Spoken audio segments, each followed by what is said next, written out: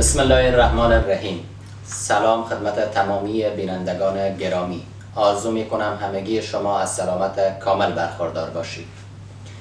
امروز در مورد مفهوم حقوق جزا و جرم شناسی صحبت می کنم. این را می دانم که در مورد حقوق جزا و جرم شناسی می توان ساعتها صحبت کرد، چون مباحث زیادی در این دو حوزه وجود دارد. نظریه پردازان، دانشمندان مطابق برداشت های خود تعاریف زیادی را راجع به این دو مفهوم ارائه کردند، ولی من به صورت مفصل و واضح به شرح این دو مفهوم می پردازم. حقوق جزا و جرم شناسی دو ستون اصلی در نظام حقوقی هر جامعه هستند. حقوق جزا در واقع چیست؟ یا مفهوم حقوق جزا را ما چگونه می توانیم بیان بکنیم؟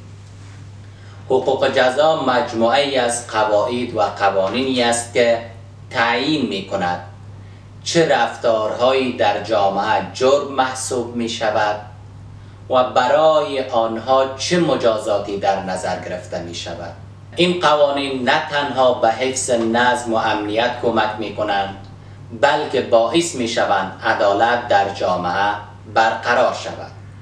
پس در مقابل حقوق جزا مفهوم جرم شناسی وجود دارد. جرم شناسی به بررسی علل و عواملی می پردازد که باعث وقوع جرایم می شود. این علم تلاش می کند بفهمد چرا افراد مرتکب جرم می شود، چه شرایط اجتماعی، اقتصادی یا روانی در این موضوع نقش دارند و چگونه می توان از وقوع جرم جلوگیری کرد. پس ترکیب این دو دانش یعنی حقوق جزا و جرم شناسی باعث می شود تا ما بتوانیم جامعه عادلانه تر و امن‌تر داشته باشیم، جایی که افراد حقوق خود را بدانند و از ارتکاب جرم پرهیز کنند. با تشکر از توجه شما.